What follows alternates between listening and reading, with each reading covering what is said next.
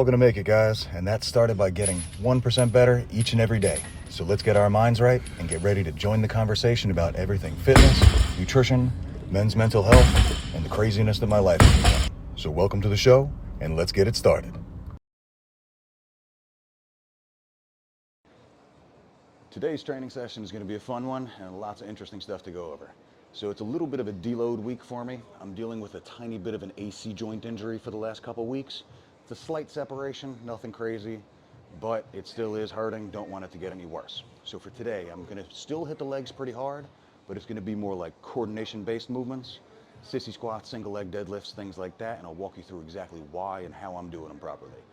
After that, I'm going to go over a whole routine about shoulder mobility specifically, show you how to release the upper back muscles, the lats, also the pecs, so that we can actually get in there and pull those tissues apart and start creating some space so there's less friction in there, less pain. And then afterwards, we'll just do a little bit of circuit training, go over some basic core exercises and how to create some stability through the core, especially during movement, with some regressions that you guys can build up to that with. The sissy squat is an interesting exercise when it's done right. So this is one of the only exercises where when you have the quads fully stretched under a heavy load, you also have the hip flexors activated. It's the only one possible. You can't do it with a squat, can't do it with a leg extension because the resistance profile just does not allow for it. So let's go ahead and get this started. The way that I'm going to set this up is I'm going to have my feet placed maybe a little bit more narrow than a typical squat because it is just body weight. You got to drive the knees forward. So I'll start off by shoulder width or hip width apart feet. I like to have a slight angle outward, maybe 15 degrees, and then I'm going to go ahead and spread the toes and dig in that big toe. That's going to get a nice little activation through the foot, help build stability through the whole body upwards. Then I'm going to start just like this. Get the core nice and tight, everything crunched down, ribs kind of flared down so it's nice and tight, hips tucked under and hip flexors engaged. From there, I'm going to hop up on the toes, slightly lifting onto them, and then I'm just going to start driving the knees forward. The more straight you can keep the upper body, the heavier the stimulus on everything. So if you lose that ability to keep the body straight, you should essentially regress it with a band or something like that, because that straight core is what's really building the stability, really getting the weight and tension up, and keeping that hip flexor activated throughout the entire time. So let's see one smooth rep and nice and slow. Hips tucked under, driving the knees forward. Maintain your balance by picking a spot on the wall, all the way down, all the way up. The second one I'm going to be doing today is another mobility intensive type of single leg work, but this one is going to be a single leg deadlift. The reason why I'm doing this one is still to get a hit on the whole long length hamstring, but we're going to try stabilizing the hips throughout it. That's going to force me to really keep the rotation in the hip in control.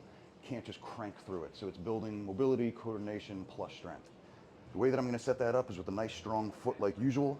Plant the toes, spread the toes completely, and press through that big toe to start creating tension. Twist out as much as you can without losing that balance. And I'm going to shift onto that leg, feel the forces going through the leg, and I'm going to hinge forward by pressing the arms forward, hinge back by kicking this leg back, and just initiate and go as far as I can go. If I start to feel the hips go out of alignment, I don't go any further, and I just press into that stretch as much as I can. If you want to build up to it, you can start working in other rotation capacity, side to side, but that is the basics of it. So before I get started, I'm just going to do 2 shoulder mobility tests. I'm first going to get started with the lift test on the floor. This one kind of hurts. I'm trying to test how open the upper back muscles are to allow the shoulder blades to move back and up. So I'll do that by going down on the floor, fully outstretched in front of me, head down on the floor, everything nice and straight, core engaged, and then I'm just going to try and lift my hands as high as I possibly can, and we will see what the difference is on the back end. After that one, I'm going to go ahead and see how the dislocations are looking. With this, you'll start very wide out. It'll be easy peasy at this size. Slowly inch your way in and see how close you can get the hands together and still make it through this range of motion. You'll notice a pinch point at one spot in particular, most likely. For me, it's right around where the pecs start to get engaged and really stretch. And then it's very hard to move the upper back through that. This is about the end range of motion. I can feel it. Yep, that was it. All right, so from there, we're gonna do a few things to open that up and then retest. What I'm gonna be doing to begin with is all physical manipulation stuff, specifically rolling the back to de-engage the upper back muscles, teres major, rhomboids, all those good ones that attach onto the shoulder blade and route through the shoulder. Then I'm gonna do some physical manipulation under the underneath side of the pecs, the pec minor. That is super tight, but it also goes all the way back into there, and that can cause tightness on the back side. Then we'll do some traction, pulling the shoulder out this way, pulling the shoulder out this way, and a few more stretching exercises. So let's get started. So this first one's gonna be a fun one. We're gonna chicken wing the arm, have it pulled forward so that we're internally rotating into the shoulder. That's gonna feel like a teres major stretch. The lat's gonna be pulling directly underneath the shoulder blade. You should feel this. Now what I'm gonna do is I'm going to use physical manipulation of cranking into the trigger points with this to just slowly release it as much as I can. It's not going to heal it up. Physical manipulation doesn't do that. That's not what massage therapy is for. It's going to allow you to relax into it enough that then you can do the work that actually will heal. Better stretches, better strength training, just better work in general. So I like to get this started by attaching a band onto something rigid, get some band tension. I'm gonna loop this through the elbow, and then we're going to stick it behind the arm. I already felt my shoulder pop doing that, good. So now that this is going forward, I'm actively pressing into it and allowing the stretch to get even more deep. Then I'll place this on the wall right underneath the shoulder blade. Get it into that right spot, arm chicken wing forward, find the trigger point right underneath the shoulder blade for me, and then turn the head slightly, and I feel it rolling around on a super tight knot. And I'm just going to breathe in and try to relax onto there.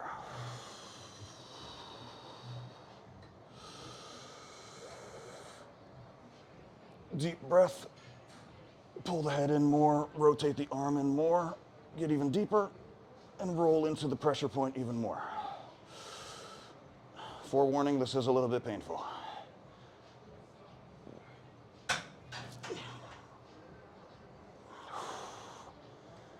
You can roll around on top of the trigger point once it starts to release a little bit, and you should actually start to feel the layers of the muscle start to get a little bit looser.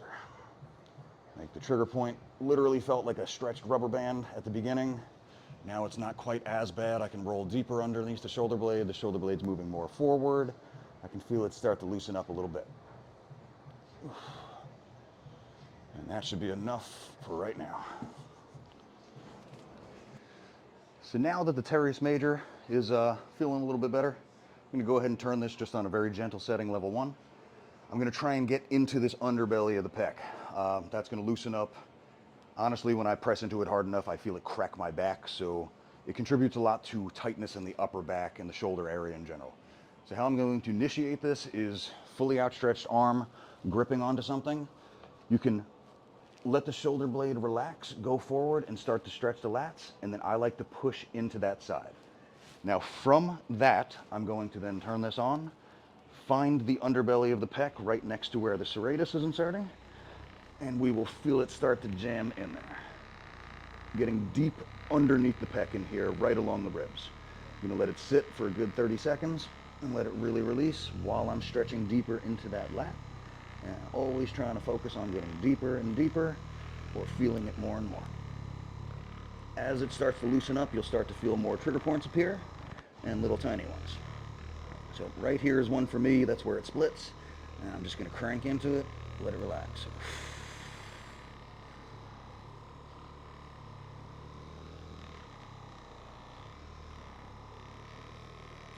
I can actually feel the shoulder blade releasing and moving forward more as this goes on.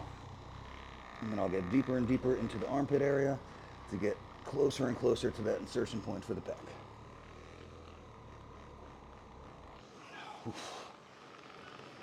So this next one is going to be a traction-based stretch. Essentially, I'm going to be using this band, now that everything is opened up, to pull the shoulder just gently away from the socket so that we can create some space and decrease the friction. I'm going to try gliding through it with a little bit of kettlebell weight, just as a physical cue to get the arm moving in the right pattern. So, I'm going to get set up by getting the arm through here, routed like that, pull it down, and I'm going to allow it to create tension on that arm. So I have the core engaged, pulling off of there, letting the shoulder relax, letting myself feel that space create, and then just gliding lightly through it. I can feel this extremely heavy along the exact trigger point that's always a problem for me in the upper back.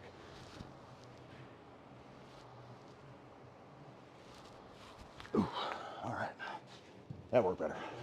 So this next one, I'm gonna do the similar test that I did at the beginning, a dislocation, but this one's gonna be using a band. The reason for this is that it allows me to get through that sticking point so that I can get even further into the ranges of motion a little bit harder. So I route the band through here, start to create even more tension. Through the thumb, over the back, through the hand. It's going to be nice and stable.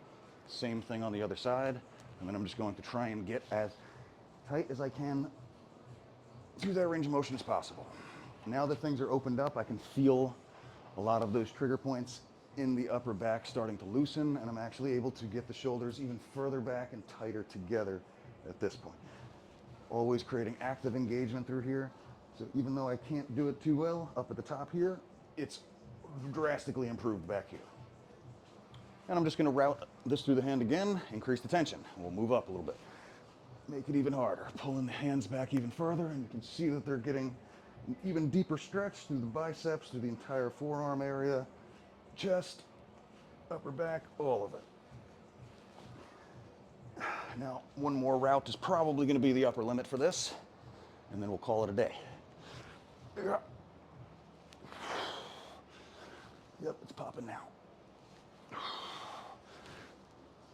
You can do this one for reps, holds, however you so choose, whatever feels best to you.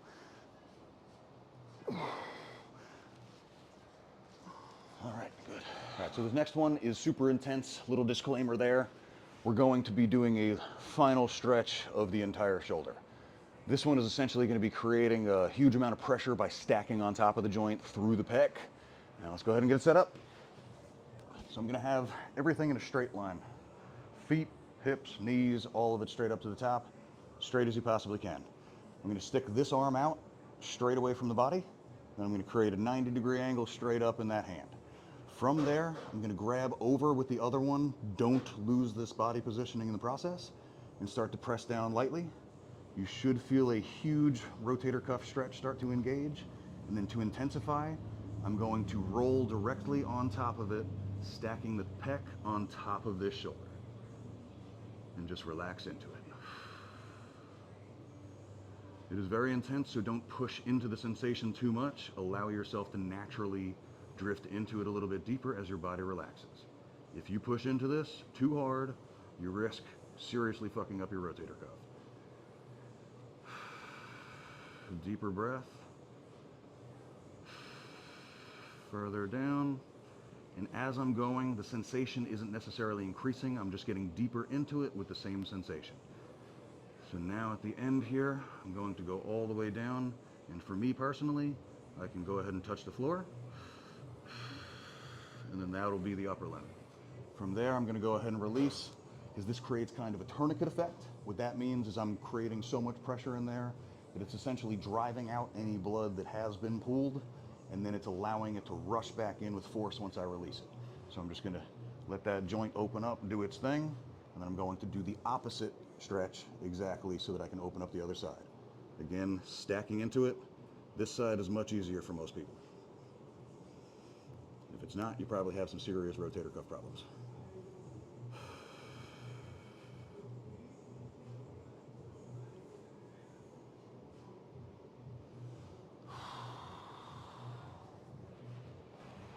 Now it's time for us to do a quick little retest. So now that everything is opened up, I'm going to keep the hands in the same position. You can do that exact same lift test right now. And let's compare. Head down, everything nice and loose. I can even feel the shoulder blades moving better at this point. And then I'm going to just pull up and try and get as far back as I can. That feels like it got significantly higher. Now from that point, I'm going to go ahead and try this dislocation, see how much that has improved.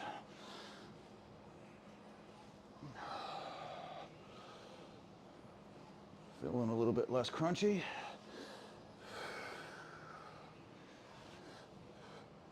I can feel the thoracic spine pushing through a little bit better. Things feel a little bit more released. Gonna hit a few reps here, see if I can get a little bit further in.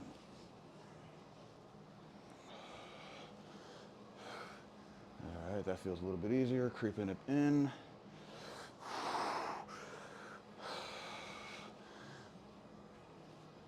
All right, this is feeling a lot better actually.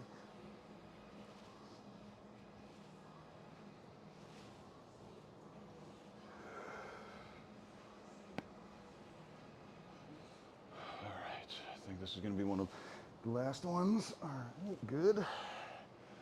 And there we go. So, a lot better. I'm not exactly sure the improvement, but everything is moving better. The hands were significantly closer with the dislocation test. And then the lift felt like it was significantly higher. I could feel the shoulder blades pulling back a lot harder, getting into a better position. So next up for today, I'm going to do a little bit of circuit training just to get some blood flowing, but a little bit of functional benefits to throw in there. So the thing that I'm going to be doing is a bear crawl, but I'll walk you through the regressions for that because I'm trying to build core stability through movement. But before you can achieve that, you need to build the core stability with minimizing the movement first. So we'll build into that, but I'll be doing bear crawls, some type of feeder set work for the shoulders, specifically to pump blood. I'll explain the reason for that as well, and then probably a farmer's carry or some type of leg exercise to get the blood flow even higher. So this right here is how I want my bear crawls to be looking. Essentially, what I want to be doing is getting the knees as close down to the floor, engaging the hip, having them tucked under, everything engaged, and then very deliberately and slowly moving the body through that point.